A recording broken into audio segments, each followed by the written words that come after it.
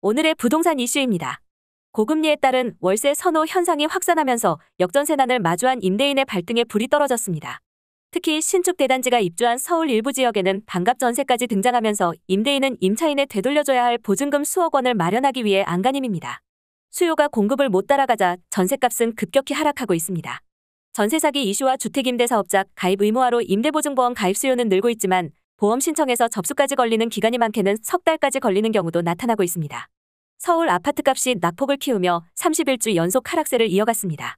어떻게 된 일인지 바로 보러 가시겠습니다. 서울 영등포구 물레동에 갭투자를 한 30대 대기업 직장인 A씨는 요즘 밤잠을 이룰 수 없습니다. 세입자가 올해 4월 만기인 전세 계약을 갱신하지 않겠다고 통보해서입니다. 2021년 4월 전세값으로 5억 2천만 원을 받았는데 공인중개사 사무소에 연락해보니 4억 원으로 낮춰야 세입자를 구할 수 있다고 합니다. 기존 세입자에게 이자 비용 700만 원을 지원할 테니 남아달라고 연락했지만 거절당했습니다. A씨는 당장 1억 2천만 원을 어디서 구하느냐 라며 신용대출에 마이너스 통장까지 동원해도 한참 모자라다 라고 토로했습니다. 고금리에 따른 월세 선호 현상이 확산하면서 역전세난을 마주한 임대인의 발등에 불이 떨어졌습니다. 특히 신축 대단지가 입주한 서울 일부 지역에는 반값 전세까지 등장하면서 임대인은 임차인에 되돌려줘야 할 보증금 수억 원을 마련하기 위해 안간힘입니다. 11 부동산 빅데이터 업체 아실에 따르면 최근 서울 아파트 전세 매물은 약 5만 5천 건입니다. 2020년 전세 매물을 집계한 이후 가장 큰 규모입니다. 2달 전 약 4만 7천 건 대비 8천 건 증가했습니다. 전세난이 한창이던 2021년 여름 1만 9천 건과 비교하면 3배로 늘었습니다. 전세 매물의 심각한 적체는 금리 인상에 따라 세입자가 월세를 선호한 영향이 큽니다. 전세 대출 이자가 월세를 역전하면서 세입자들은 전세 대신 월세를 선택하고 있습니다. 실제로 서울 아파트 전세 거래량은 지난해 7월 1만 1,605건에서 8월 1만 1,268건, 9월 1만 109건, 10월 1만 153건, 11월 8,181건, 12월 6,153건으로 감소했습니다. 수요가 공급을 못 따라가자 전세값은 급격히 하락하고 있습니다.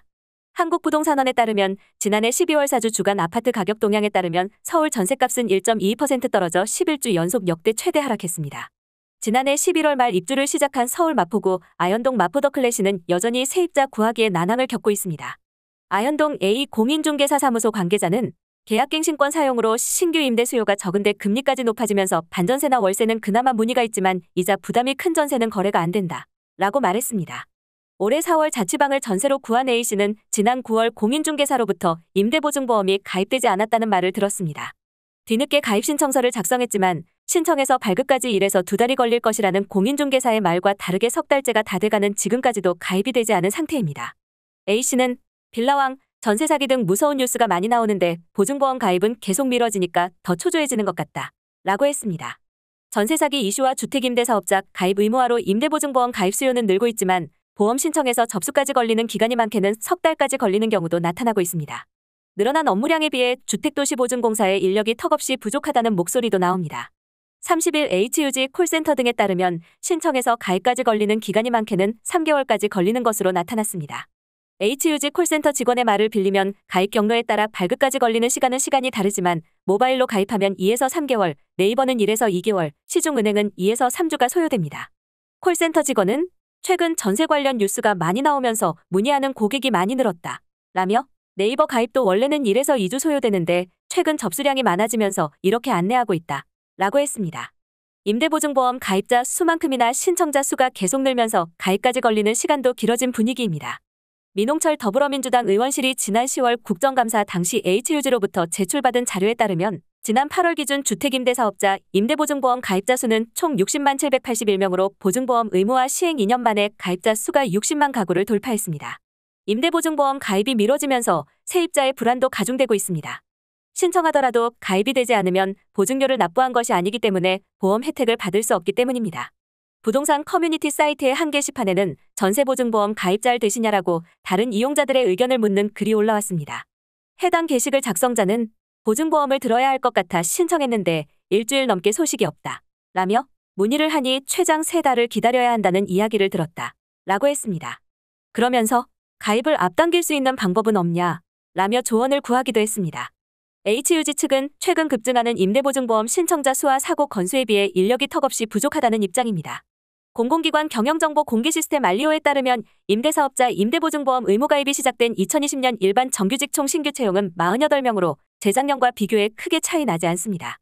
작년은 그보다 채용이 늘긴 했지만 HUG 측에 따르면 이마저도 올해 이관되는 다른 업무를 위해 들어온 인력이 많고 늘어난 업무량에 비해서도 적은 숫자라는 설명입니다. HUG 측 관계자는 보증보험 발급 인원과 사고가 나면 이행을 하는 인원이 있는데 인력이 충분치 않다 라며 정부의 인원 관리를 받기 때문에 자발적으로 일을 늘리기도 어려운 상황이라고 전했습니다. 서울 아파트값이 낙폭을 키우며 31주 연속 하락세를 이어갔습니다. 인천과 세종은 거래심리 위축, 매물 적체가 지속되면서 3주 넘게 1% 이상씩 하락했습니다. 12월 29일 한국부동산원이 발표한 12월 4주 전국 주간 아파트 가격 동향에 따르면 서울 아파트값은 0.74% 하락해 2012년 5월 시세 조사 이래 최대 낙폭을 경신했습니다. 하락세는 지난 5월 말 이후 31주 연속입니다. 부동산원은 매수 심리가 매우 위축된 가운데 일부 직거래, 간헐적인 급급매 거래로 대기 수요자들의 매수 기대 가격이 더욱 낮아지는 등 추가 하락에 대한 우려가 지속된 영향이라고 말했습니다. 자치구별로는 신당동 주요 단지와 충무로 회원동을 중심으로 중구 -1.24%의 낙폭이 가장 컸습니다.